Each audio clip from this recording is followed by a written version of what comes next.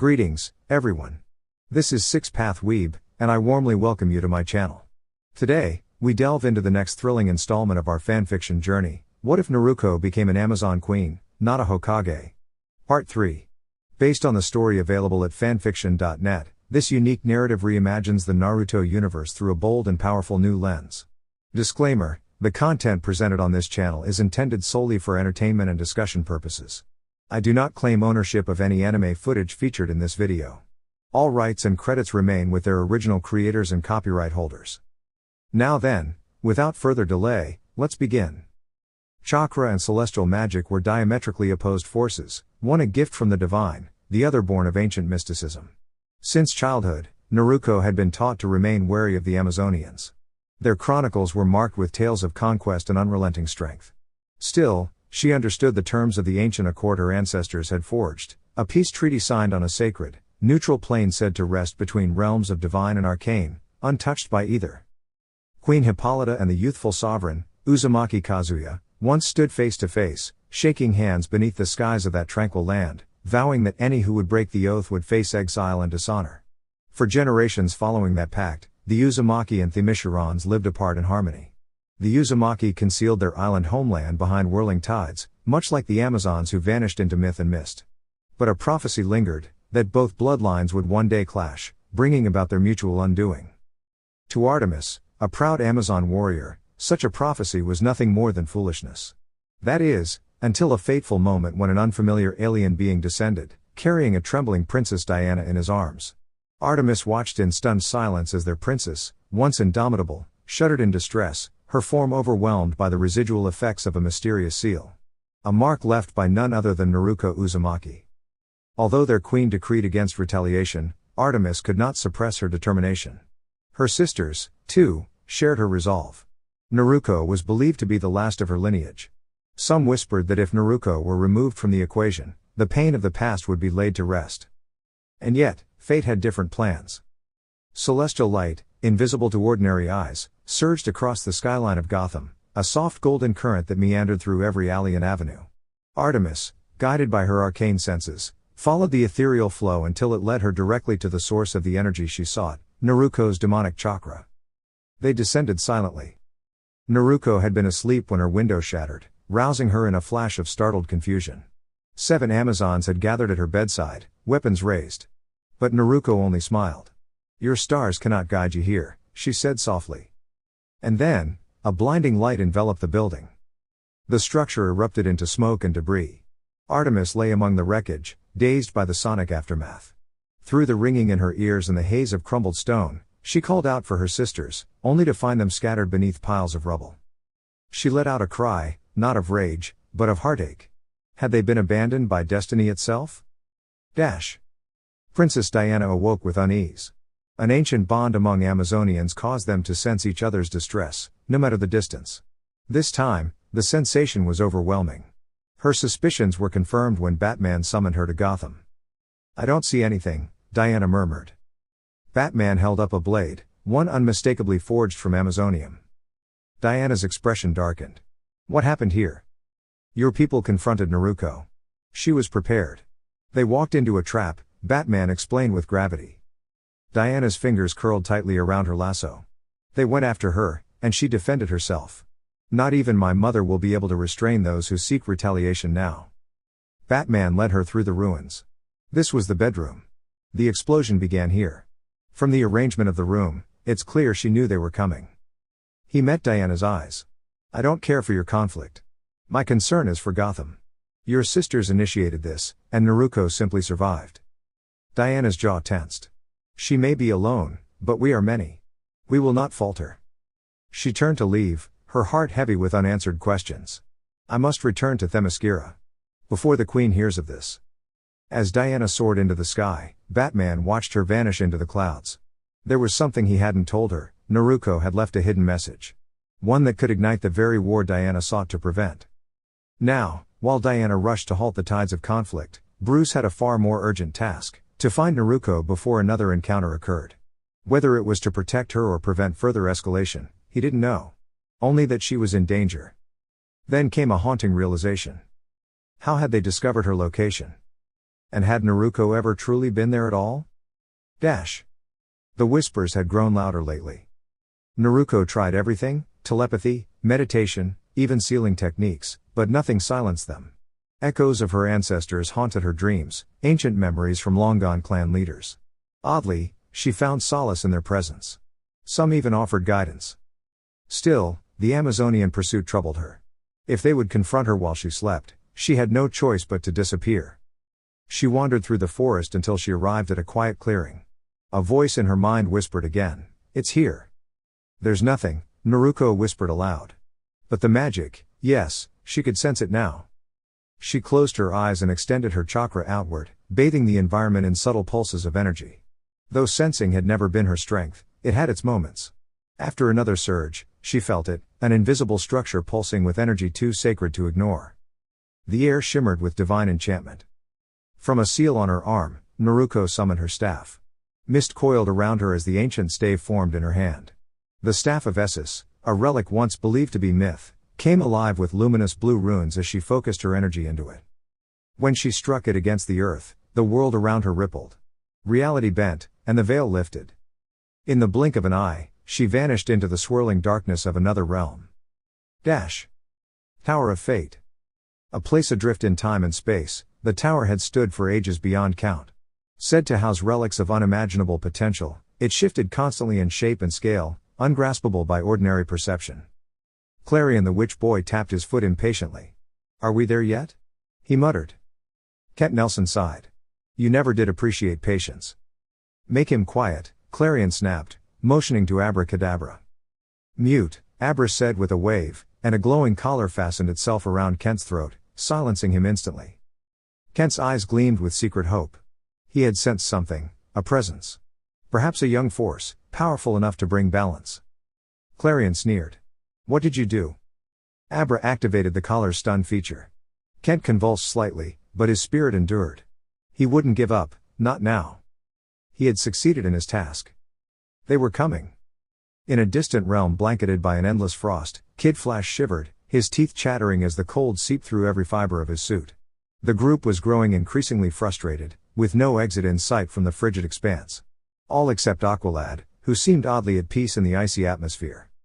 "This is your fault," Artemis stated, trying to keep her temper in check.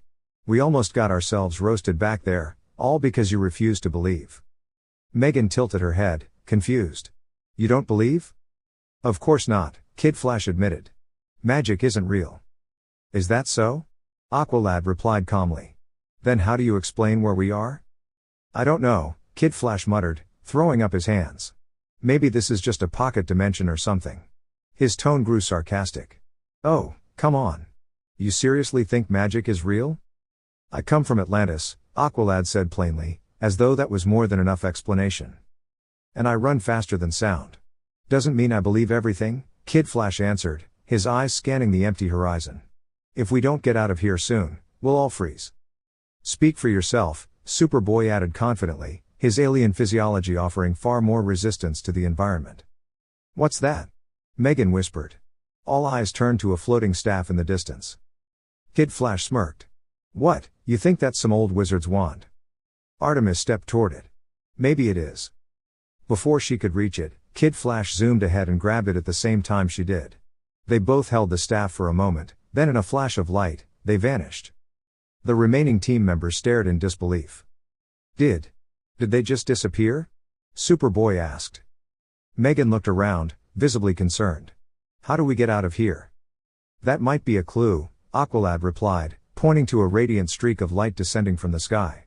It impacted the earth like a meteor, sending waves of snow outward. "Get back!" Superboy called, shielding Megan and Aqualad as Megan lifted them into the air. Through the snow and debris, she saw a figure in the crater below. Her breath caught. Naruko. Aqualad looked confused. "What?" They had all heard about the incident involving the Justice League and Naruko. Some feared her, others doubted her intentions. But Megan had always believed there was more to the story. They landed cautiously at the edge of the crater. In its center lay Naruko, motionless, her bright hair splayed like fire across the snow. "Is she all right?" Megan asked. "She's incredibly resilient," Aqualad responded, though his voice betrayed a hint of worry. After a moment, Naruko stirred. Ugh. I really don't like magic, she muttered to herself. Naruko, Megan said gently. The kunoichi snapped to attention, quickly standing and pointing her staff forward. Megan? She asked hoarsely. Megan nodded. What are you doing here? I could ask you the same, Naruko replied. But if you must know, I'm here for a destined meeting. Megan smiled softly. It's good to see you again. Naruko gave a small grin. Did you miss me, flame hair? The atmosphere was broken as Superboy leapt down and swung at Naruko. She easily sidestepped the blow. Hey! She raised her hands in a gesture of peace. I'm not here to fight. I've come to prevent a war. That stopped Superboy. He looked at her, puzzled. After my disagreement with Wonder Woman, she said, her tone darkening slightly, some people believe I'm a threat. They fear what I represent. Aqualad spoke carefully. I find that difficult to believe. Diana wouldn't support anything unjust. She's from Themyscira, Naruko replied, her voice heavy with history. And I'm an Uzumaki. There's tension between our people. They believe peace will only come if my legacy ends. But I'm here to ensure that doesn't happen, not through conflict, but through resolution. Aqualad frowned. And what does that have to do with this tower? I believe the answers, and perhaps peace, lie at the top. Naruko raised her staff and tapped it to the ground. A glowing staircase appeared, stretching into the sky toward a distant tower. 1,000 steps to clarity, she said. A mysterious voice whispered in her mind, yes, child. Seek the amulet. Naruko's eyes briefly glazed over before she composed herself. Let's get going, she said. Wait, Megan asked curiously, you can use magic? Well, not in the usual sense, Naruko explained. But chakra and magical energy, there's overlap. I can use this staff because of that connection. Aqualad nodded thoughtfully. I was taught you needed a mystical affinity. Not necessarily. Magic is more about intent and resonance, she said. Even Wonder Woman can wield magical tools. The group began ascending the staircase. Superboy glanced toward Naruko and asked aloud without meaning to, whose side are you really on? Naruko responded without hesitation, the same side I've always been on. And which side is that? Aqualad asked. My own, she replied softly, her gaze drifting toward the top of the tower. Suddenly, Naruko stopped. She spotted a flare of red and gold magic flashing in the sky. Her expression hardened. I'm sorry. I have to go. Wait, Megan called, but Naruko had already leapt into the sky. At the tower's summit, Clarion the Witch Boy taunted Kent Nelson. You think your magic can stop me? He unleashed a flurry of chaotic energy that cracked Kent's shield. The elder mage braced himself and summoned a new barrier with the last of his strength. Boy! The mask, Kent whispered, holding out the helmet of fate before collapsing. Clarion laughed as he approached, but Kid Flash intercepted the mask and stared him down. Give it here, Clarion shouted. I want it. Kid Flash placed the helmet on his head. The world shifted, and golden light illuminated everything. You've entered my domain, Nabu, the Lord of Fate, declared. He sent a powerful blast toward Clarion. The young sorcerer fought back, incanting wild magic. They exchanged energies in a dazzling duel. Suddenly, a shield of earth rose between them. What is this? Nabu demanded. From behind the earthen wall stepped Naruko, her violet eyes glowing with focused determination. I thought you were a force of balance, she said calmly. Not someone who threatens others without listening. You shouldn't be here, Nabu replied sternly. Naruko laughed. You're mistaken if you think I'm a threat. She released a wave of chakra that distorted gravity around them. Clarion called out, help me. Naruko paused. Interesting, isn't it? You call me dangerous, yet this one causes destruction and confusion without restraint. Stand down, Nabu ordered. Or face consequences. Chains of light erupted toward her. Naruko moved swiftly, avoiding each one, releasing controlled bursts of chakra to disrupt the trajectory. Nabu formed a glowing ankh to absorb her energy.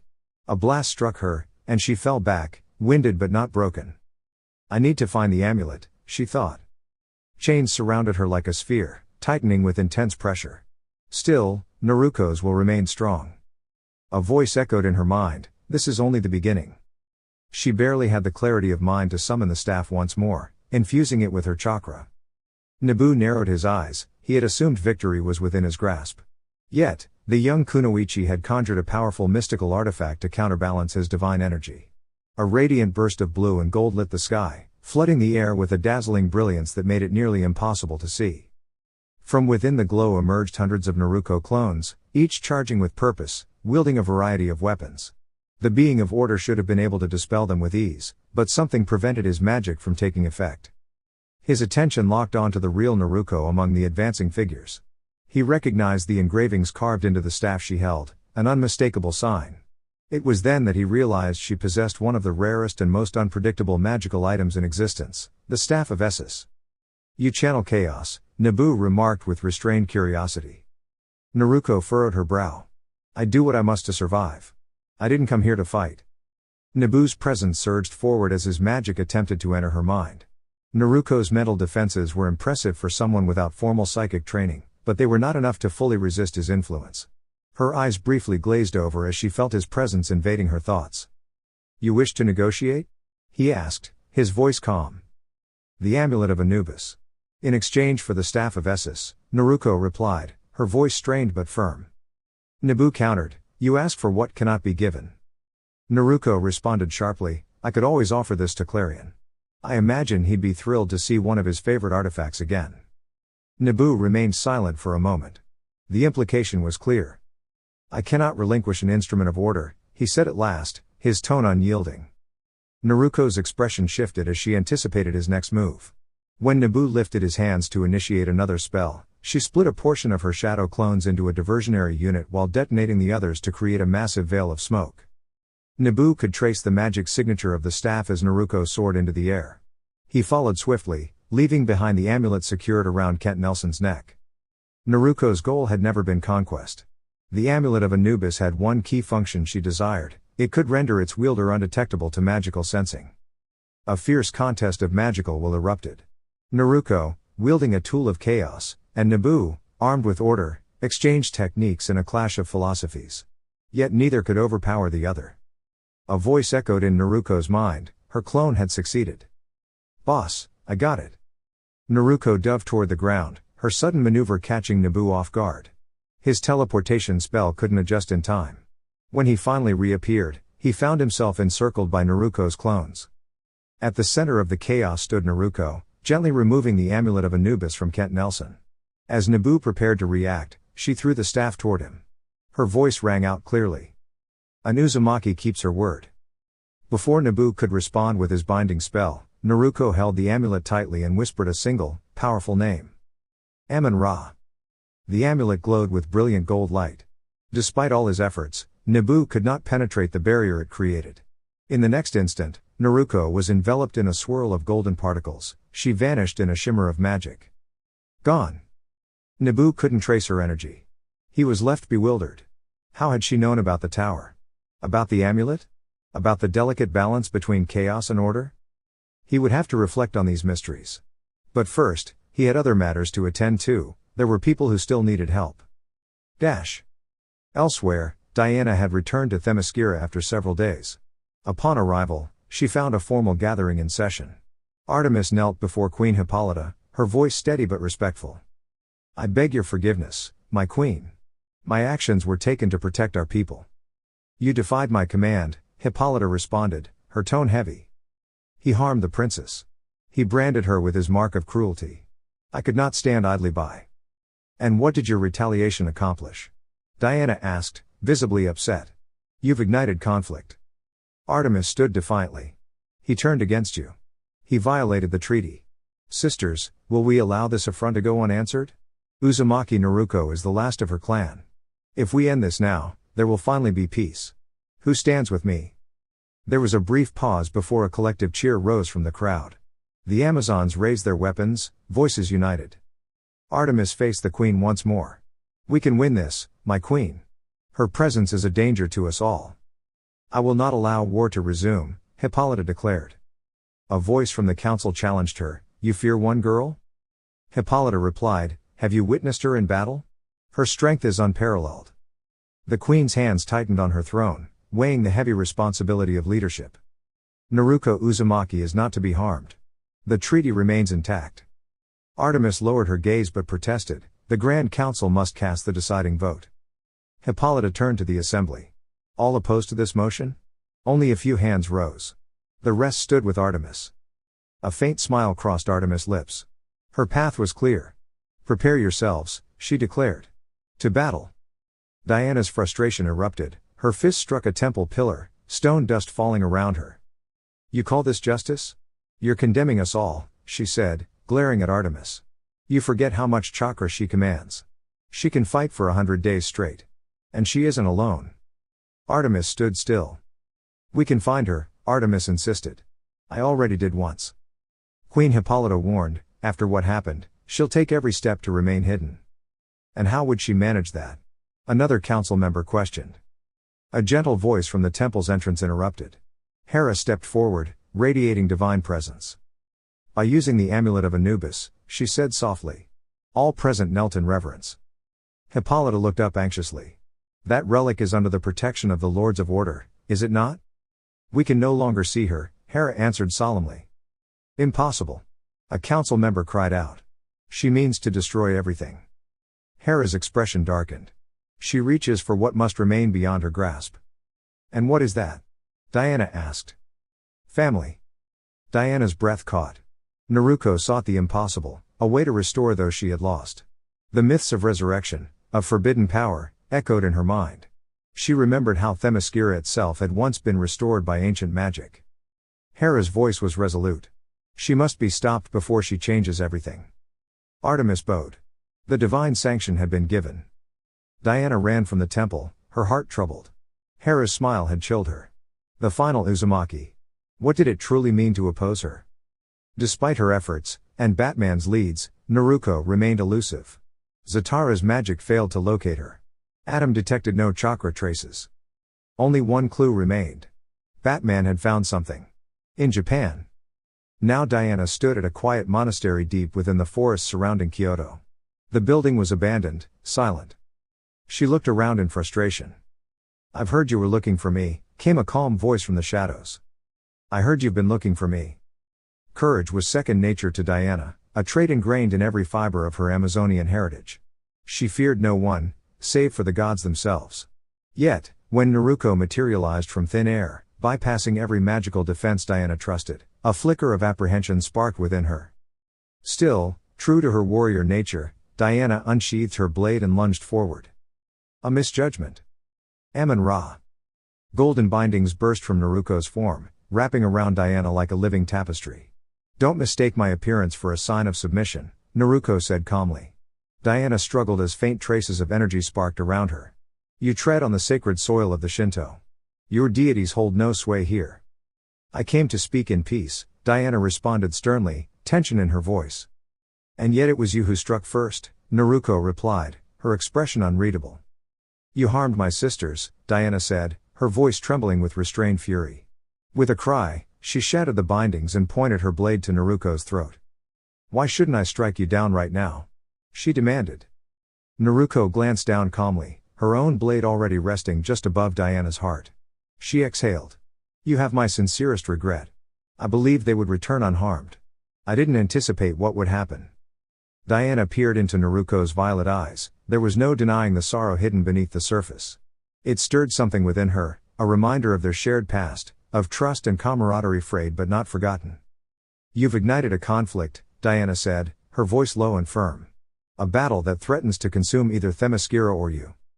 You're mistaken, Naruko said softly. I did not start this. The ground beneath them rumbled as Diana collapsed under the weight of intensified gravity. Naruko stepped forward, her blade hovering just above Diana's shoulder. It was you who ignited the fire. If you see me only as your adversary, Diana said, voice unwavering, then do what you must.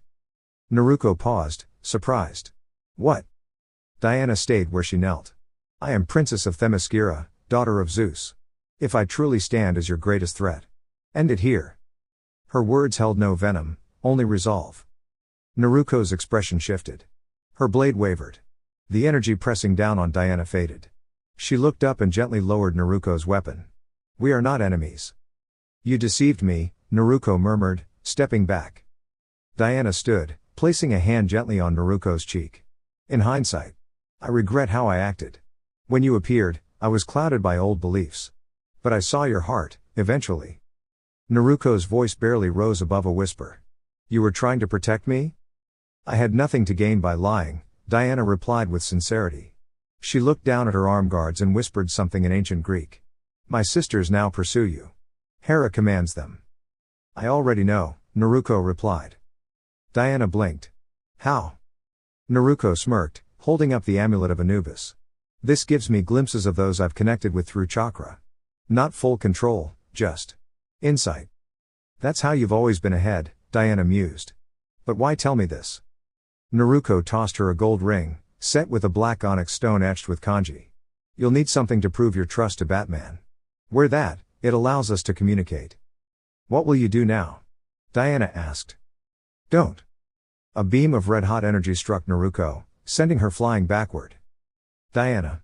Superman landed with a thunderous impact, his protective instinct overwhelming. Step away from her. You shouldn't be here, Diana snapped. But he charged at the kneeling Naruko anyway. Naruko met his strike with a smirk. I didn't realize I warranted this much attention. With a motion of her hand, gravity launched Superman into the forest beyond. I know you're there, Batman, Naruko called calmly. Her amulet glowed, revealing Batman descending beside Zatara and Jon Stewart. This is your plan? Naruko teased. You brought more help this time, I see. A beam shot from above, Naruko twisted midair to evade it, grabbing Superman mid-dive and tossing him aside. But the ground iced beneath her feet as wind and frost swirled around her. Then, she felt it, Martian Manhunter's telekinetic force pushing against her own gravity. With a burst of frustration, Naruko struck back. Red energy surged from her eyes, knocking the Martian away. Now! Batman ordered. Captain Atom landed, unleashing a containment field that weighed Naruko down. Chains of metal closed in. Naruko grunted, I won't be captured so easily. Zatara stepped forward and planted his staff. Runes spiraled out, wrapping around Naruko like glowing ribbons. They tightened with each second, drawing strength from ancient enchantments.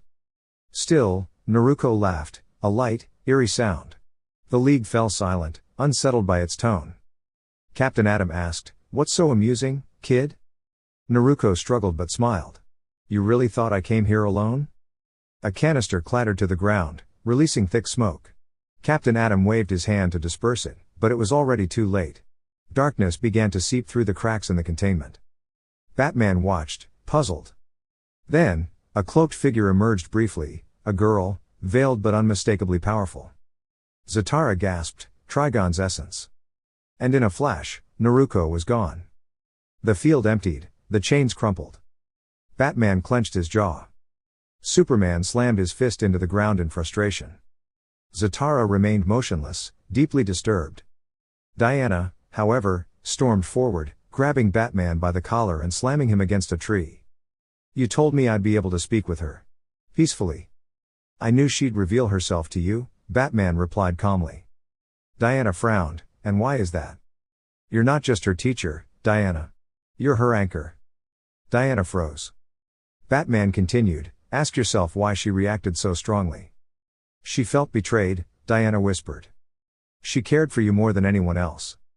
Superman interjected, and that's why we had to keep you separated. She might have hurt you. Diana touched the ring Naruko had given her. She turned to Superman, her sword suddenly at his neck. For men who value truth and loyalty, you're both surprisingly comfortable with secrecy. Without another word, she flew off. Superman moved to follow, but Batman stopped him with a shake of his head. Somewhere else, 3 figures landed roughly in a hidden chamber. Ow! Do your portals always drop us like that, Raven? Ravager complained. Raven smirked, you'd think you'd be used to abrupt landings by now. Ravager rolled her eyes. Coming from the daughter of a world-conquering demon? Shadows stirred as Raven's cloak responded. Naruko exhaled, must you always argue? Yes, both replied simultaneously. Poison Ivy entered with a grin. Am I late? Naruko turned to her. You got it? With a mischievous smile, Ivy handed her a box etched with Egyptian symbols. Naruko whispered the name of Amun-Ra, and the box opened to reveal a glowing red gem. How did you know Superman wouldn't be guarding the city? Ivy asked. I had a hunch. Batman wanted Diana to find me, Naruko said. Ravager removed her mask. First name basis now? It's Wonder Woman, you dolt, Raven corrected. Naruko shot them a look before heading upstairs.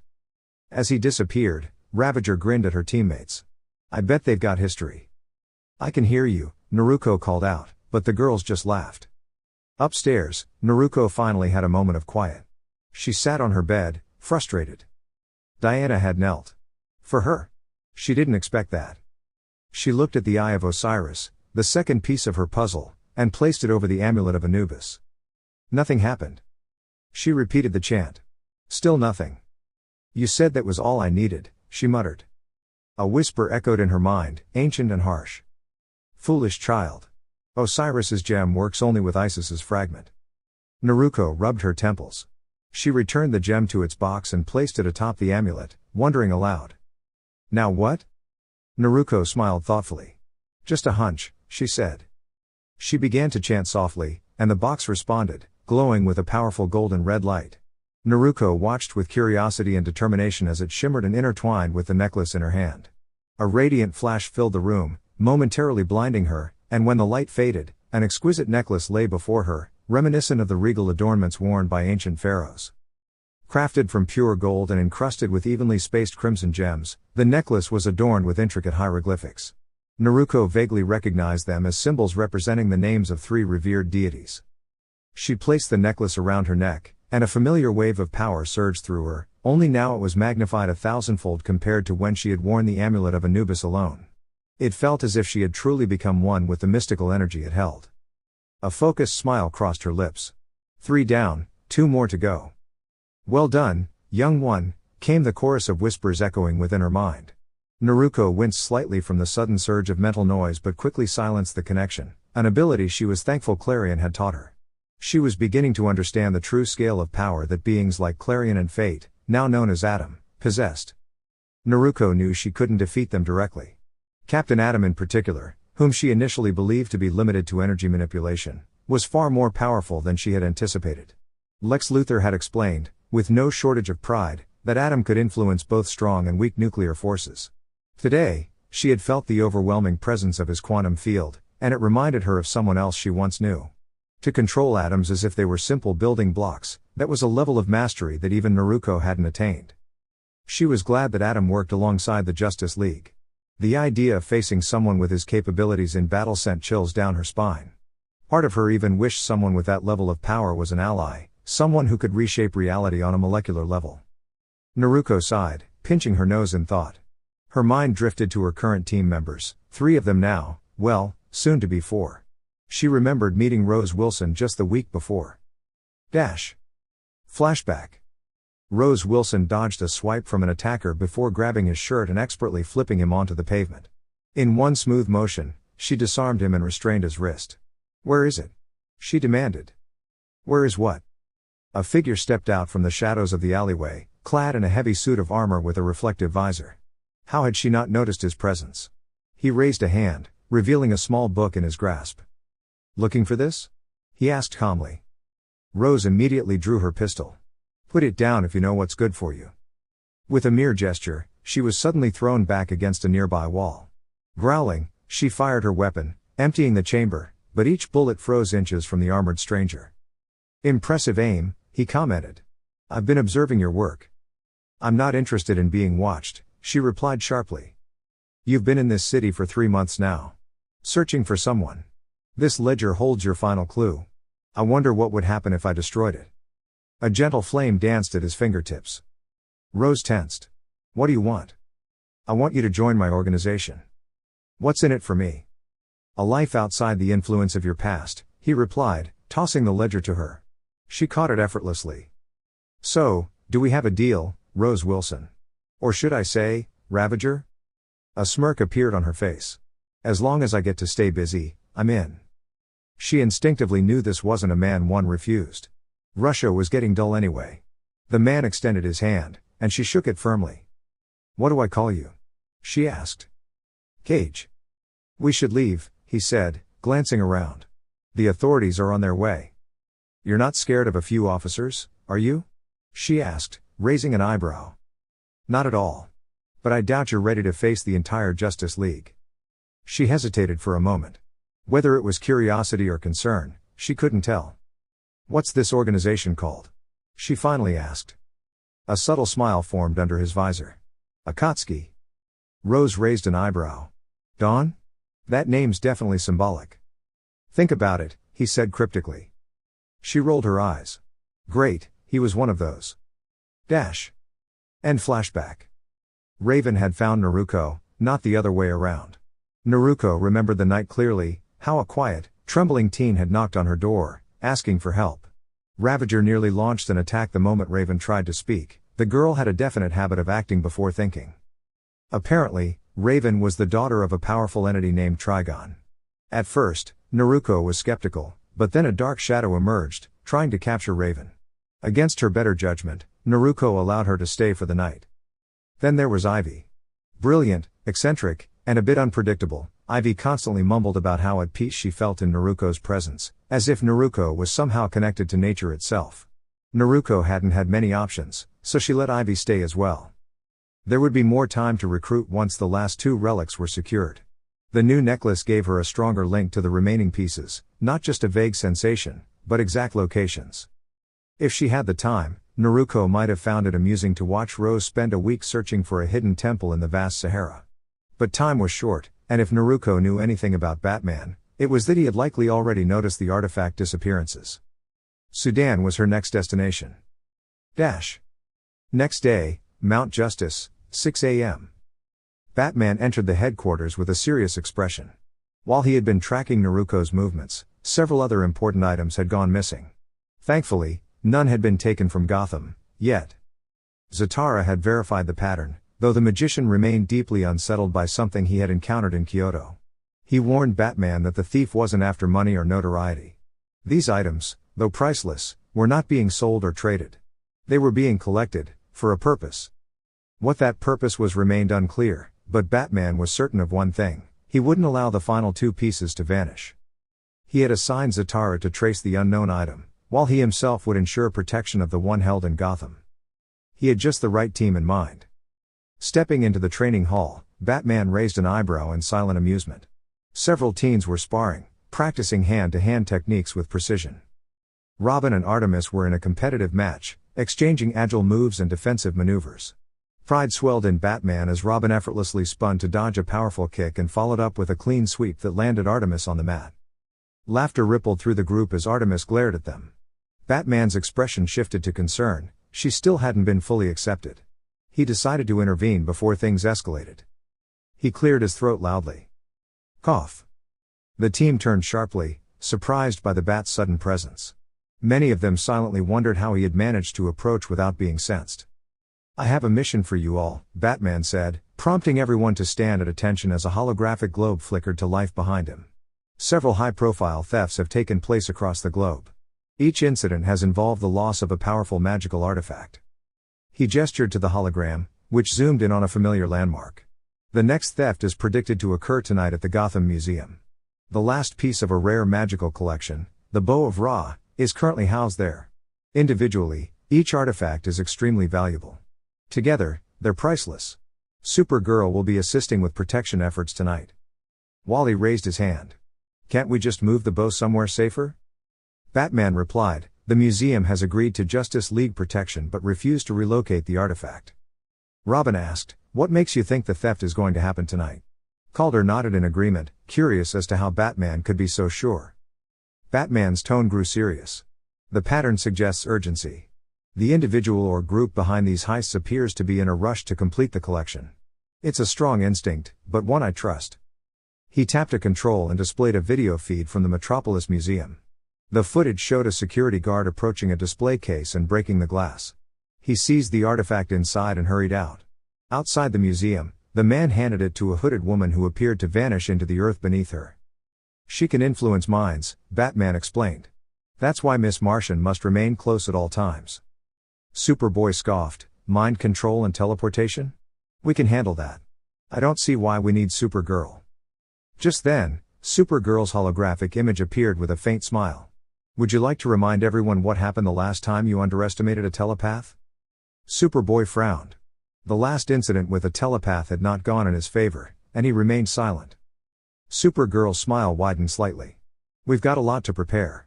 I'll see you all in Gotham. Batman added firmly, "You've been briefed. Prepare and rendezvous with Supergirl at the museum. I'll be monitoring the situation as well." His sharp tone made the team spring into action, rushing to comply. Wally whispered, "Something's definitely off." Robin nodded, noticing how unusually solemn Batman seemed. As the team left, Supergirl's hologram lingered. She raised an eyebrow at Batman. "You didn't tell them everything." "We're not certain," he said. "It could be any number of elemental metahumans. And how many of those can manipulate minds and meld into mud?" Supergirl pressed. "If this is poison ivy, we might have to consider that she could be working with someone else." Batman looked thoughtful, fingers tapping rhythmically. "There's no definitive evidence. If we overreact, we could spook the thieves before they even arrive." Supergirl sighed. "Just so we're clear, if Naruko shows up, I won't jeopardize the team's safety just to stop her from claiming the bow." Batman's gaze sharpened. "If she comes, your job is to leave the scene with the artifact. She will follow you." Supergirl folded her arms. "And risk getting caught myself? I'm not here to be a distraction. My cousin barely managed to hold her back once. I'm not even half as strong." Before Batman could reply, she ended the transmission, leaving him standing in the quiet. Bruce Wayne exhaled deeply, rubbing his forehead. This mission had too many unknowns.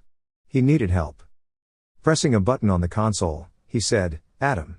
I'm going to need your assistance." Dash. Meanwhile, Metropolis. Rose Wilson twirled the staff of Horus between her fingers. "I still don't get why anyone would want this weird old stick." The eye of Horus on the staff began to glow faintly, and Rose was thrown backward into a wall. A voice chuckled softly. "How many times do I have to remind you not to tamper with magical artifacts?" Naruko stood nearby, amused by Rose's groan. "Hey, how was I supposed to know it had a mind of its own?" And Raven was hogging the shower. "You realize I can hear you, right?" came a calm voice in their minds. Rose frowned. "Stay out of my thoughts, Raven." "Try and stop me," Raven replied. Naruko smiled, using her telepathy. "Nice to see you two getting along so well." Both girls responded in unison, "Not funny." Naruko grinned. "Save the energy for tonight." Rose asked, "Why don't we just take the bow now?" Naruko answered, "Batman's already predicted our interest. He's probably assigned one of his covert teams to guard it." Raven, now descending the stairs wrapped in a towel, asked, "And you expect us to take on the Justice League?" "Not exactly. He won't send the full league," Naruko replied. "He'll send his junior team. You know, the up-and-coming heroes." Rose laughed. "You're telling me we'll be up against the sidekicks?" She seemed unusually thrilled. "My father always said I wasn't strong enough," she said, her tone shifting quickly to determination. "Time to prove otherwise."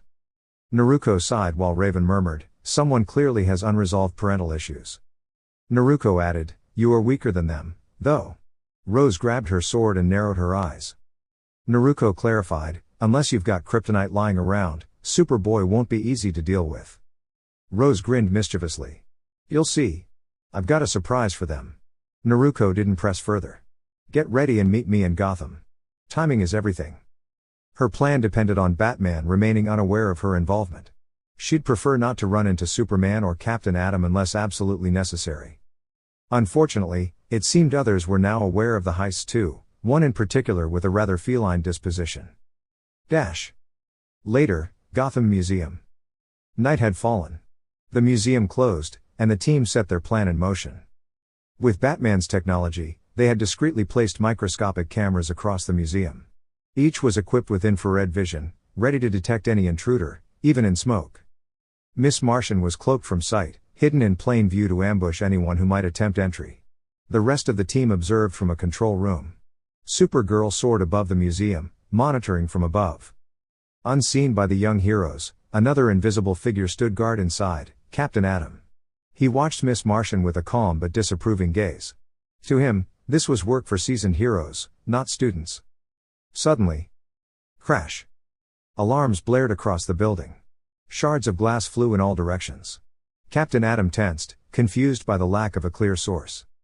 Batman had suggested Naruko might be involved, yet Captain Atom couldn't sense her energy. Instead, a quiet unease settled in. A faint voice echoed around him, "Emotions can be tricky, can't they? Yours might just work against you." Before he could respond, a shadow curled around Miss Martian's form, and her eyes began to glow softly with an unnatural red light. An empath, Captain Atom realized. And just like that, the real mission had begun. Atom sidestepped in time to avoid a wave of telekinetic energy that fractured the wall. While the young girl before him wasn't nearly as powerful as her dimensional counterpart, he found her strength commendable. Naruko narrowed her eyes, determination in her voice. "You're not getting away with this."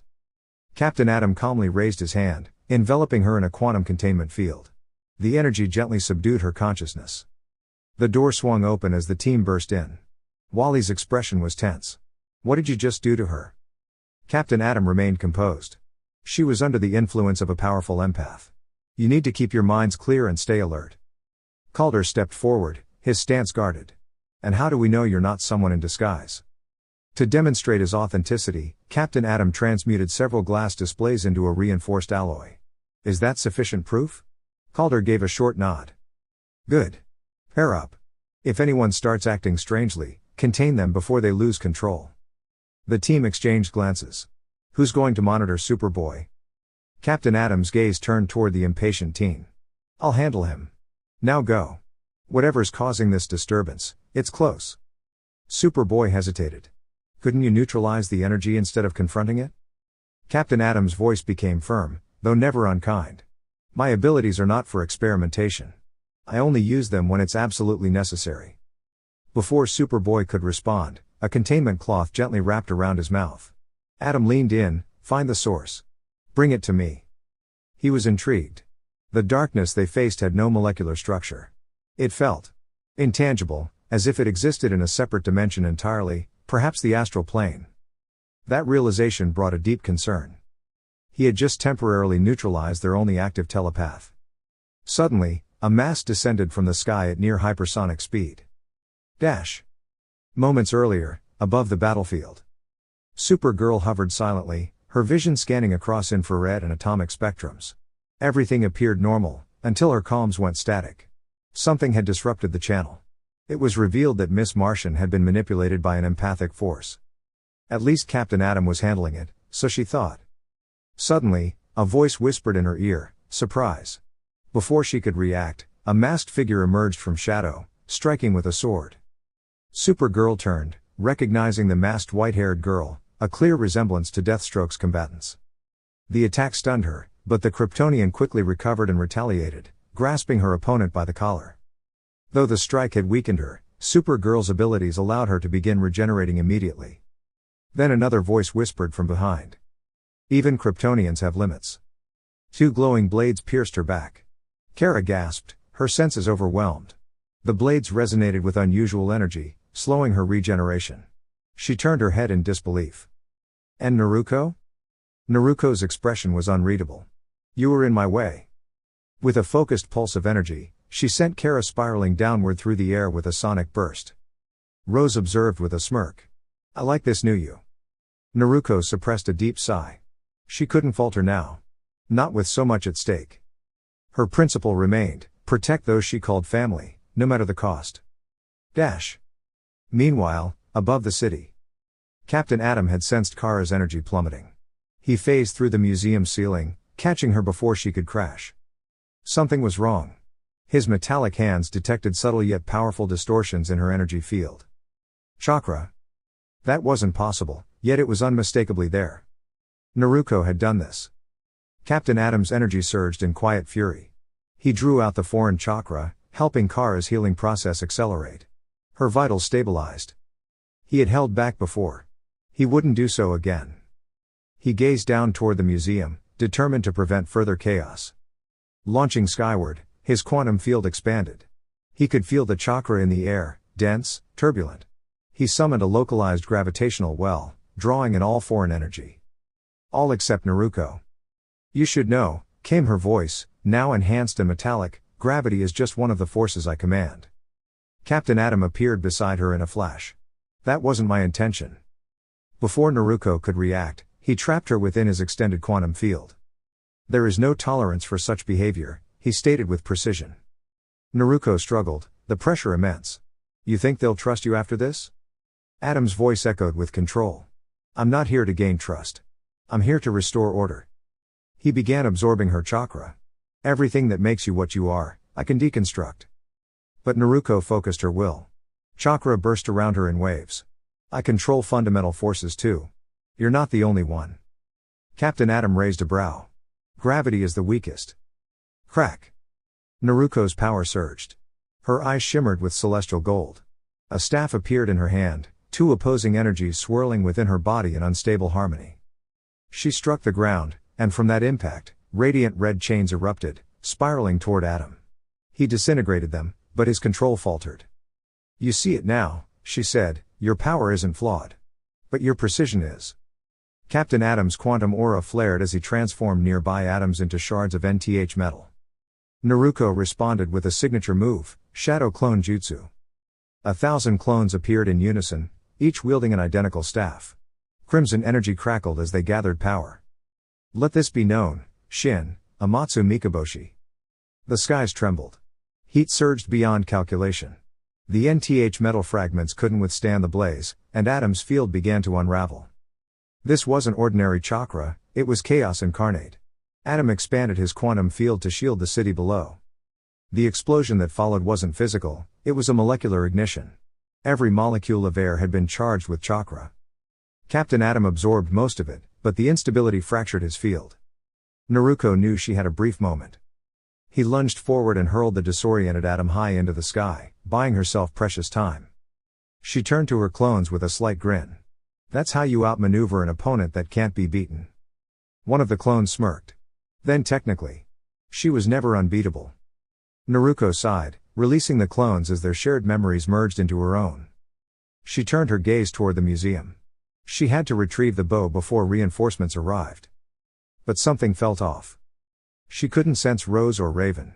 A sweeping scan of her chakra network brought back nothing. She rushed to the secure room, and found it completely empty. This had all been a decoy. Naruko's expression shifted to grim understanding. Batman had orchestrated this from the beginning.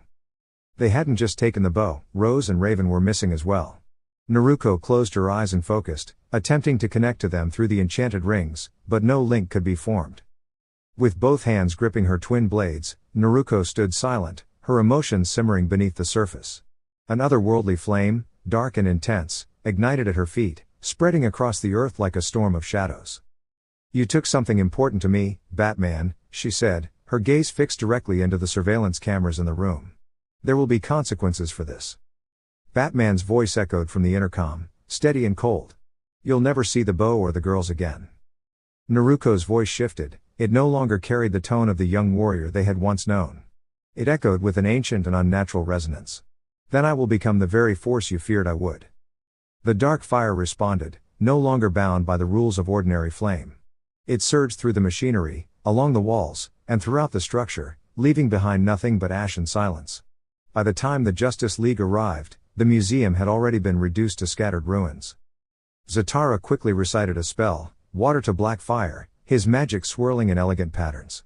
But instead of suppressing the flames, it summoned more.